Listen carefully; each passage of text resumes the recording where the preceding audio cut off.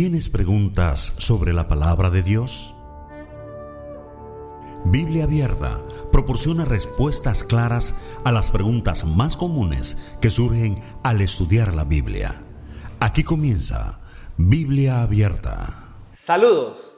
Qué privilegio poder saludarte y estar de nuevo contigo en tu programa Biblia Abierta.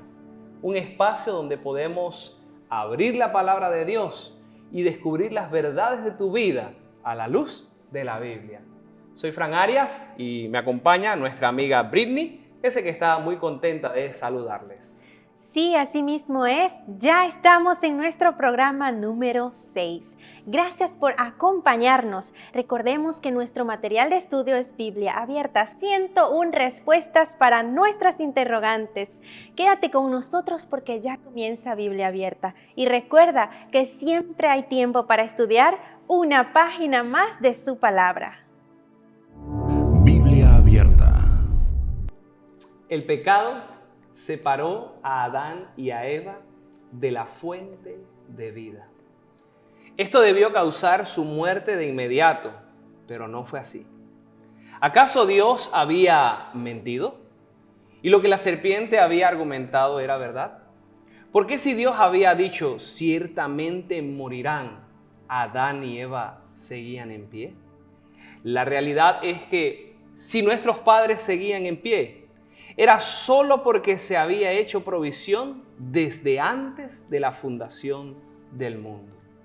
En este plan de salvación, el Hijo se interpuso con misericordia, impidiendo la muerte de aquellos que habían pecado. En este plan, el Hijo fue destinado para que fuese la esperanza de la raza humana.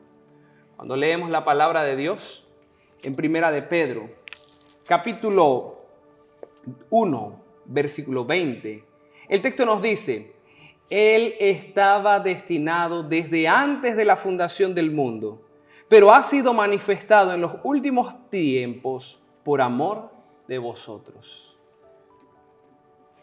Aún antes de la cruz, su gracia nos mantuvo vivos y nos aseguró provisión para nuestra salvación.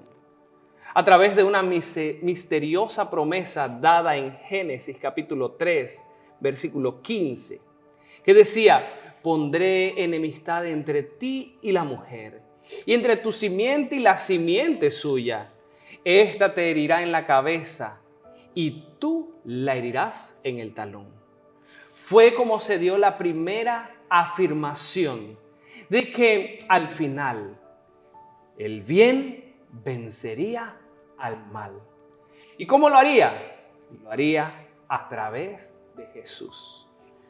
Ese hombre que vino a esta tierra a morir por nuestros pecados. El personaje más influyente de la historia, con un nacimiento profetizado mucho antes de haber nacido. No obstante, aunque el anuncio de su nacimiento es importante, probablemente lo que más nos llama la atención de este personaje es su naturaleza. Él es más que un carpintero. Él es más que un maestro. Él es más que un líder religioso. Él es Emmanuel, que significa Dios con nosotros. Durante la historia se ha cuestionado muchas veces, pastor, la existencia real de Jesús. ¿Será que Jesús fue solo un personaje que va más allá de la mitología como lo es la mitología griega? Muchos filósofos, ateos, incluyendo teólogos, han llegado a la idea de que Jesús no es un personaje que realmente existió. Y todo esto, pastor, nos lleva a buscar respuestas en la palabra de Dios. ¿Fue Jesús un personaje real? Ok, la respuesta corta a esta interrogante es sí, Jesús fue un personaje real. Pero nosotros contamos con declaraciones de historiadores antiguos que hacen referencia a Cristo. Es bueno observar algunas de esas declaraciones en el libro que estamos manejando, ¿verdad? en el libro Biblia Abierta, nosotros podemos encontrar algunas declaraciones de historiadores antiguos, ¿verdad?, que señalan que Jesús es un personaje real. Por ejemplo, un historiador judío contemporáneo al apóstol Pablo, Josefo, en su obra más importante, Antigüedades de los Judíos, hace referencia a Jesús, y aquí los escritores nos incluyen una cita de esa referencia, que dice: convocó una reunión del Sanedrín y trajo ante él a un hombre llamado Santiago, el hermano de Jesús, llamado el Cristo, y a otros más. En esta aclaración de Josefo vemos que se está haciendo referencia a un familiar de Jesús y se le hace la referencia de que llamado el Cristo. Otra de esas referencias de Josefo en esta obra dice: en aquel tiempo vivió Jesús, un hombre sabio. Y nota lo interesante de esta declaración: si en verdad uno debe llamarlo hombre, por cuanto fue alguien que llevó a cabo obras sorprendentes y maestro de aquellos que aceptan la verdad con gusto. Ganó a muchos judíos y a muchos griegos. Y dice Josefo, era el Cristo. Llama la atención, ¿verdad?, esta declaración de Josefo. También podemos encontrar en los anales de Tácito otra referencia muy importante a Cristo.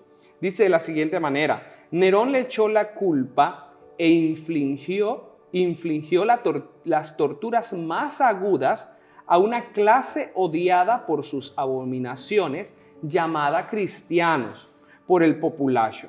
Cristo, de quien deriva su nombre, sufrió el castigo máximo durante el reino de Tiberio, de mano de uno de nuestros procuradores, Poncio Pilato. Vemos nuevamente que se hace esta referencia a Cristo y a los cristianos. Tenemos otras referencias, por ejemplo, algunos otros historiadores, entre ellos Suetonio. Hay un historiador que indirectamente menciona, ¿verdad?, a Cristo. ¿Por qué digo indirecto? Porque su escrito lo encontramos a través de otro escritor, de Julio el Africano. Un tal Talo hace una mención de Cristo. Entonces, estas declaraciones que mencionamos fueron hechas por escritores que vivieron entre 60 y 70 años después de la muerte de Cristo. Esto pone de manifiesto que Jesús fue un personaje real, que vivió en Palestina, que inició una nueva religión, que obró milagros, pero por sobre todo, que vivió, que murió y que resucitó. Ciertamente, sí hay registros históricos que nos aseguran de que Cristo fue un personaje real. Biblia Abierta. Tomando en cuenta, pastor, todo lo que usted ha mencionado, queridos amigos, vemos entonces que definitivamente sí, Jesús es real. Y queriendo ir en la misma temática, queremos conocer un poco más de ese Jesús, porque Él tuvo una influencia totalmente grande e impactó el mundo. Y no solo fue en el pasado, lo maravilloso es que hoy nos alcanza a nosotros y también te alcanza a ti, querido, que nos está acompañando en este momento. Por eso preguntamos, pastor, ¿hay más información sobre este Jesús? ¿Quién es Jesús? Ok, la pregunta ¿quién es Jesús? Fue una pregunta que persiguió a Jesús toda su vida. Cuando nosotros buscamos los relatos históricos, bíblicos, nos damos cuenta que, por ejemplo, en Mateo, capítulo 8, versículo 27, el texto nos dice: los hombres maravillados decían, ¿qué hombre es este que aún los vientos y el mar le obedecen? Otra versión dice, ¿quién es este que aún el viento y el mar le obedecen? ¿Quién es este hombre que está frente a nosotros? También tenemos otros relatos bíblicos, entre ellos, ¿verdad?, las personas que estaban en la ciudad de Jerusalén en un momento determinado, un relato en Mateo capítulo 21, versículo 10. Este relato nos dice de la siguiente manera. Dice el texto: cuando entró él en Jerusalén, toda la ciudad se agitó diciendo, ¿quién es este? Vemos que nuevamente esa pregunta surge dentro del relato. ¿Quién es este?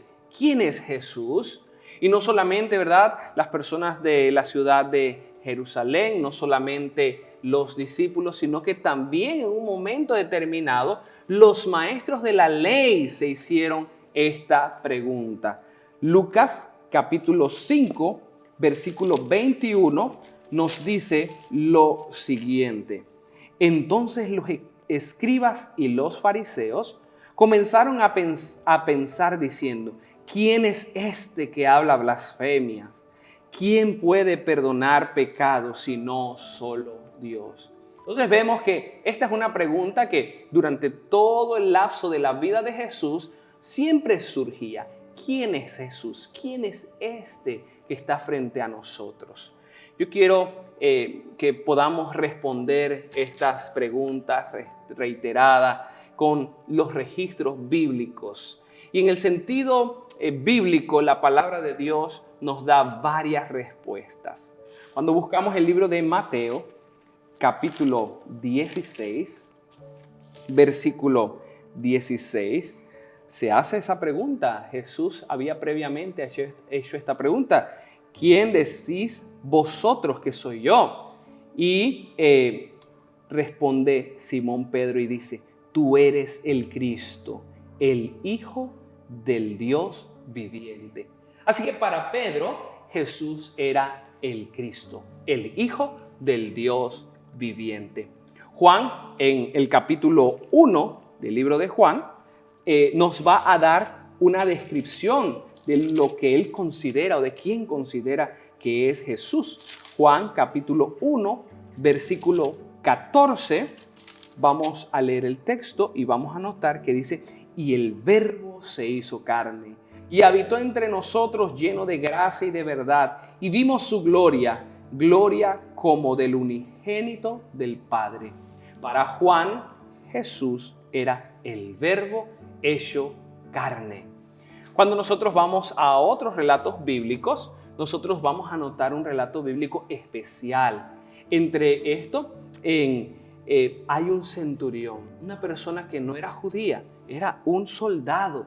Y este hombre a los pies de la cruz hace una declaración que llama mucho la atención. En el libro de Marcos capítulo 15, versículo 39, el texto nos va a decir lo siguiente. Marcos capítulo 15, versículo 39. Dice el texto. Y el centurión que estaba frente a él, viendo que después de clamar había expirado así, dijo, verdaderamente este hombre era hijo de Dios. Vemos que esta declaración, ¿verdad? También para el centurión dice, este hombre es hijo de Dios. Pero yo quiero que tú y yo podamos analizar un concepto que Pablo desarrolla. En Colosenses capítulo 1, versículo 15, Pablo va a decir, Cristo es la imagen del Dios invisible, el primogénito de toda la creación. Para Pablo, Cristo es Dios. Para Pablo, Cristo es la única manera en la que usted y yo podemos ver a Dios. Cuando vemos a Cristo, vemos a Dios. Así que hemos visto que la Biblia nos da varias respuestas, ¿verdad?, acerca de quién es Jesús. Pero la pregunta es para ti, ¿quién va a ser Jesús? Yo te invito que tú puedas ver en Jesús a tu Salvador. Biblia abierta. Ciertamente, pastor, Jesús es especial. Y quiero tocar el tema del nacimiento de Jesús, ya que este maravilloso acontecimiento tuvo respuestas tanto positivas como negativas, pastor. Y en este momento preguntamos, ¿cómo puedo yo responder al nacimiento de Jesús? Ok, quisiera dirigirte al capítulo 2 de Lucas. En este capítulo vamos a encontrar varias reacciones con respecto al nacimiento de Jesús. Por ejemplo, cuando nosotros observamos en el relato, en Lucas capítulo 2, versículo 14, se manifiesta la reacción de los ángeles. Los ángeles cantaron y dijeron: gloria a Dios en las alturas y en la tierra paz, buena voluntad para con los hombres. Así que la reacción de los ángeles fue un canto de alabanza, un canto de alegría. También los pastores, ¿verdad?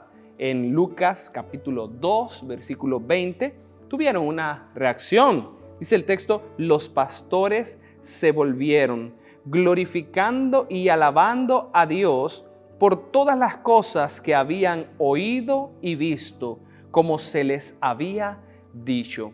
Vemos que los pastores tienen, ¿verdad?, una alegría, un gozo, glorificaron, dice, alabaron a Dios. Ahora, un hombre llamado Simeón dice que lo tomó en sus brazos e hizo una hermosa declaración. Lucas 2:30 nos dice: porque han visto mis ojos tu salvación. Dentro de la oración hace esa declaración: mis ojos han visto tu salvación.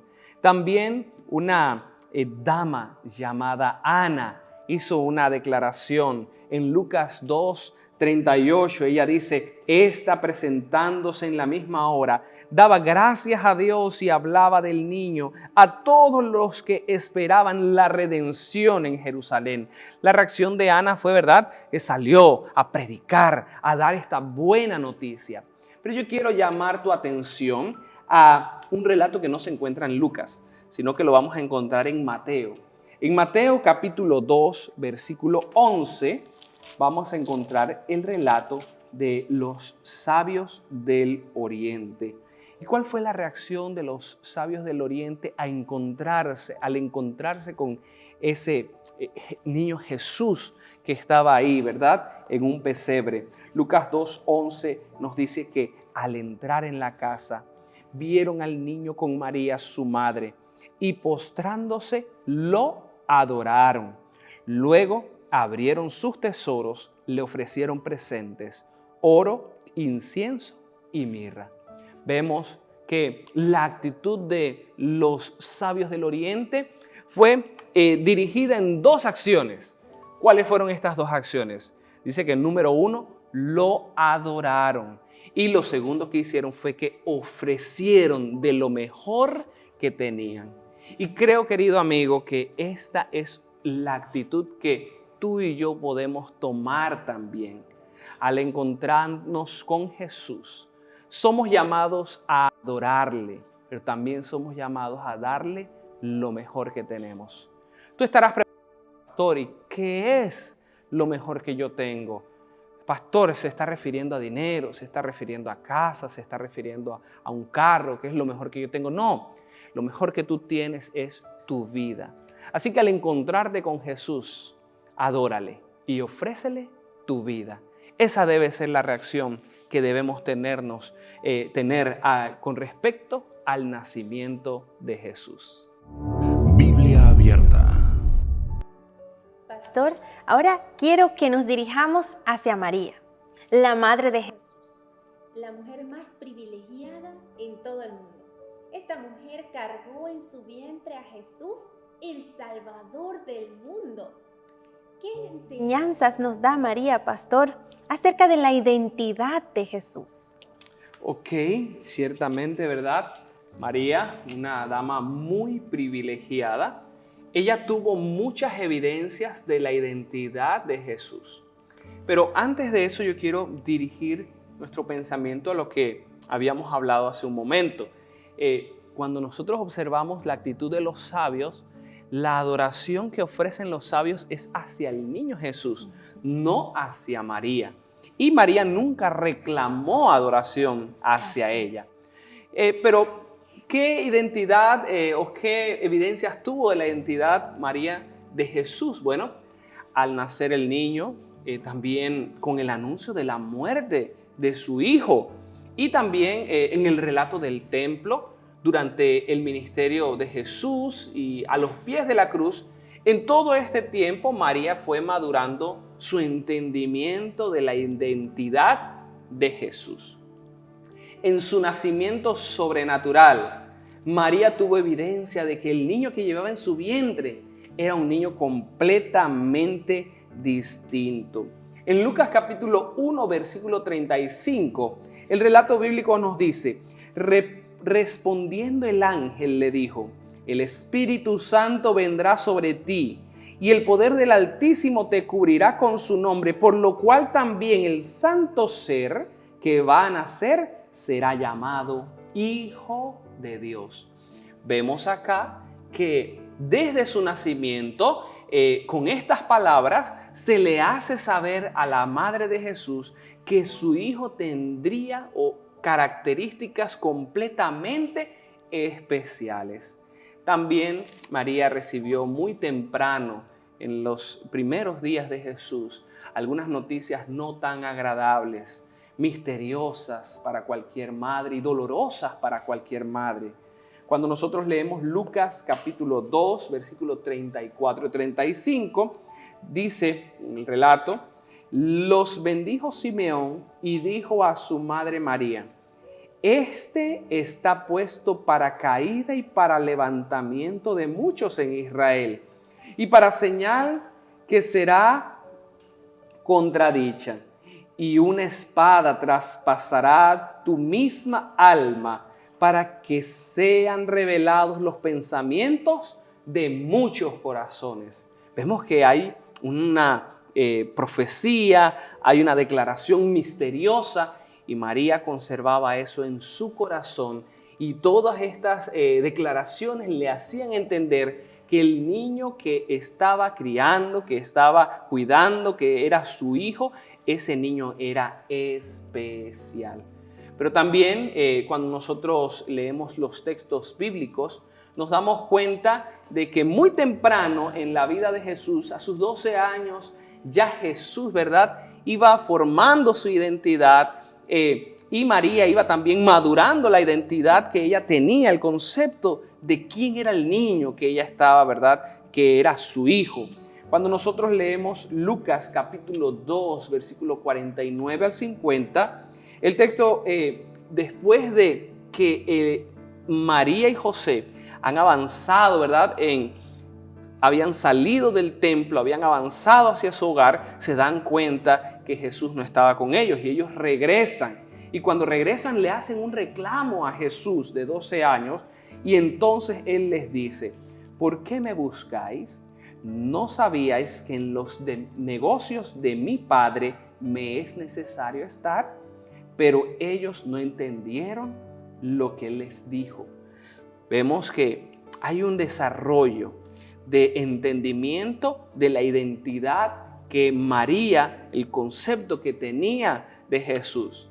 Al inicio del ministerio de Jesús vemos que ese desarrollo de ese concepto ha madurado, y llama la atención que iniciando el ministerio de Jesús, ¿verdad?, María acude a su hijo para que obre un milagro en una boda, y en esta boda Jesús va a transformar el agua en vino.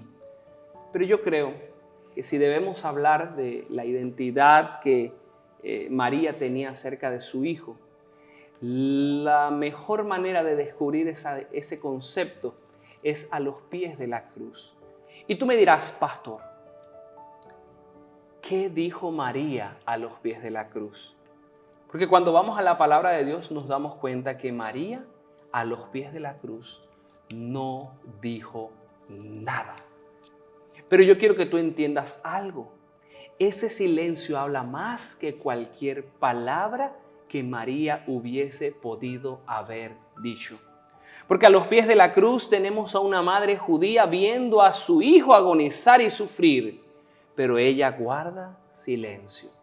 Guarda silencio y no reclama, porque sabe que su hijo Jesús fue llevado a la cruz por una sola razón, porque ella sabe que ese es el Salvador del mundo. Ella sabe que su hijo no ha sido llevado por haber hecho milagros. Ella sabe que Jesús no ha sido llevado por hacer alguna revolución o alguna revuelta. ella sabe que Jesús ha sido llevado a la cruz por decir que era Dios hecho carne, por decir que perdonaba pecados y por aceptar la adoración de la gente. Pero en todo esto María no protestó. No protestó ni reclamó a su hijo. No le dijo, hijo, arrepiéntete, pide perdón. No, ella guardó silencio porque sabía que Jesús merecía esa adoración. Sabía que Jesús tenía capacidad para perdonar pecados. Sabía que Jesús era el Mesías. Sabía que Jesús es Dios hecho carne. Sabía que Jesús merece la adoración suprema. Entonces, a través de estos textos podemos darnos cuenta de que María, al final de la vida de Jesús, entendió la identidad de Jesús. Jesús, su Hijo, es Dios el Altísimo.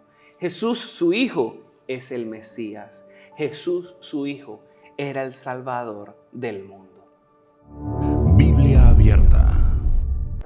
Pastor, ya para concluir, hay un texto que se encuentra en Colosenses capítulo 1, versículo 15, que nos dice de la siguiente manera: Cristo es la imagen del Dios invisible, el primogénito de toda creación. Esta palabra primogénito, pastor, es utilizada por muchas personas para afirmar que Jesús no es un Dios, como usted mencionó anteriormente, sino que es un ser creado, pastor. ¿Qué dice la Biblia al respecto? Debemos, ¿verdad?, buscar evidencias en la palabra de Dios. Quiero empezar diciendo que en la Biblia la palabra primogénito se utiliza en dos sentidos. Uno es en sentido temporal y también se puede utilizar de una forma metafórica. En el sentido temporal se refiere a el hijo que recibía los beneficios de la primogenitura por ser el primer hijo en nacer. Cuando nosotros vamos al libro de Génesis, capítulo 10, versículo 15, nosotros vamos a leer: Canaán engendró a Sidón, su primogénito, a Het. Vemos que acá primogénito se está refiriendo a ese primer hijo en nacer. Pero también mencionamos que se puede utilizar en un sentido metafórico. Por ejemplo, si nosotros buscamos en el libro de Isaías,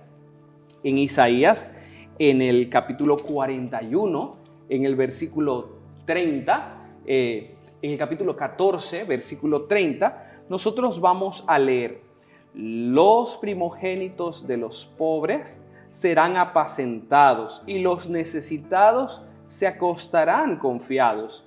Mas yo haré morir de hambre tu raíz y destruiré lo que quede de ti. En esta profecía se habla de los primogénitos de los pobres.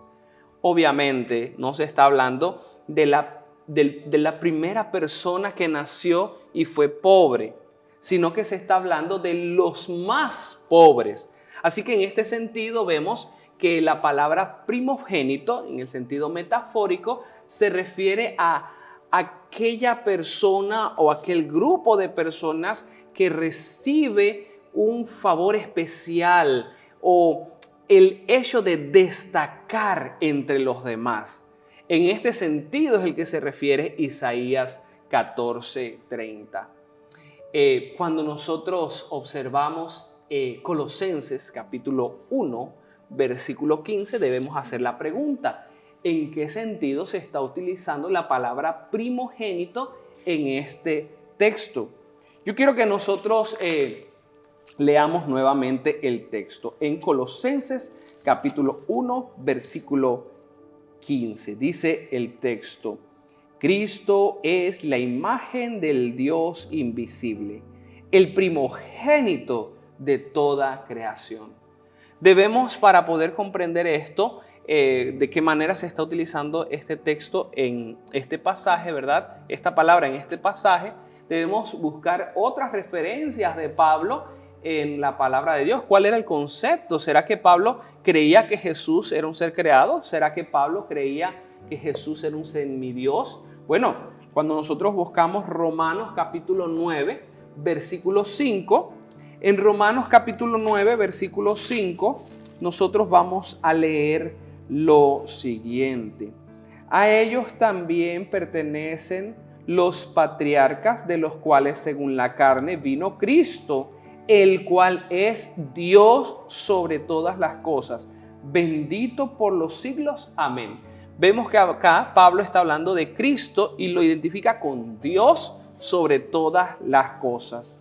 En Tito capítulo 2, versículo 15, nuevamente Pablo hace otra referencia de su concepto con respecto a Cristo. Dice el texto: mientras aguardamos la esperanza bienaventurada y la manifestación gloriosa de nuestro gran Dios y Salvador, Jesucristo. Vemos que Pablo identifica a Jesucristo como Dios. Yo quiero que tú entiendas, querido amigo, el texto de Colosenses capítulo 1, versículo 15, es parte de un poema en el que se quiere destacar la imagen de Cristo, no como un ser creado, sino como el creador. Se quiere destacar la imagen de Cristo como lo más grande de la creación. En este poema, que está dividido en 2 estrofas, la primera estrofa es del versículo 15 al versículo 17, donde Cristo es descrito como la imagen del Dios invisible. Esta, ¿verdad?, es la primera estrofa. Y la segunda estrofa es del versículo 18 al versículo 20, donde Cristo aparece como el agente de la nueva creación y redención. En las dos estrofas, el sentido del poema es exaltar a Cristo. Yo creo que es sabio poder leer este poema, ¿verdad? Y poder absorber el conocimiento que hay en él, pero sobre todo poder destacar la imagen de Cristo, ¿verdad?, a través de este poema. Colosenses capítulo 1, versículo 15 al 20 nos dice: Cristo es la imagen del Dios invisible, el primogénito de toda creación, porque en Él fueron creadas todas las cosas, las que hay en los cielos y las que hay en la tierra, visibles e invisibles, sean tronos, sean dominios, sean principados, sean potestades. Todo fue creado por medio de Él y para Él. Y Él es antes de todas las cosas, y todas las cosas en Él subsisten. Él es también la cabeza del cuerpo, que es la iglesia, y es el principio, el primogénito de entre los muertos, para que en todo tenga la preeminencia, porque al Padre agradó que en Él habitara toda la plenitud, y por medio de Él reconciliar consigo todas las cosas, así las que están en la tierra como las que están en los cielos, haciendo la paz mediante la sangre de su cruz. Qué hermoso poema en el que se destaca a Cristo como lo más grande, en lo que se destaca a Cristo como el que sostiene este universo, pero no solo como el que sostiene este universo, sino como el que redime a este universo. Querido amigo, yo quiero que tú entiendas que en Cristo puedes encontrar lo que no puedes encontrar en ninguna otra parte. Cristo vino a este mundo para salvarte. Cristo vino a este mundo para redimirte. Cristo es quien te sostiene. Cristo es quien te da vida. Toma el tiempo de conocer a Jesús, el creador del universo, pero también el redentor de tu vida. Qué lindo saber que Dios hizo provisión para ti y para mí a través de Cristo Jesús. La pregunta es: ¿cómo responderás a su infinito amor? ¿Cómo responderás a su persona? ¿Cómo responderás a lo que hizo por ti? Mi invitación en esta ocasión es que tú puedas abrir tu corazón a Jesús y permitir que el Dios del universo habite en tu vida. Permíteme orar por ti. Padre amado, gracias te damos por la obra de Cristo Jesús en nuestras vidas. Gracias te damos por el nacimiento de Jesús. Gracias te damos porque el Verbo se hizo carne. Pero no solo se hizo carne, sino que estuvo dispuesto a morir por nosotros. Estábamos perdidos, pero en Cristo Jesús obtenemos redención. Ayúdanos a aceptar esa redención en el nombre de Jesús. Amén. Amén. Que Dios te bendiga. Biblia abierta. Queridos amigos, y hemos terminado este episodio. Te invitamos a que te quedes con nosotros y nos acompañes en tu programa Biblia Abierta. Recuerda que siempre hay tiempo para estudiar una página más de su palabra. ¿Tienes preguntas sobre la palabra de Dios? Biblia Abierta proporciona respuestas claras a las preguntas más comunes que surgen al estudiar la Biblia. Biblia Abierta.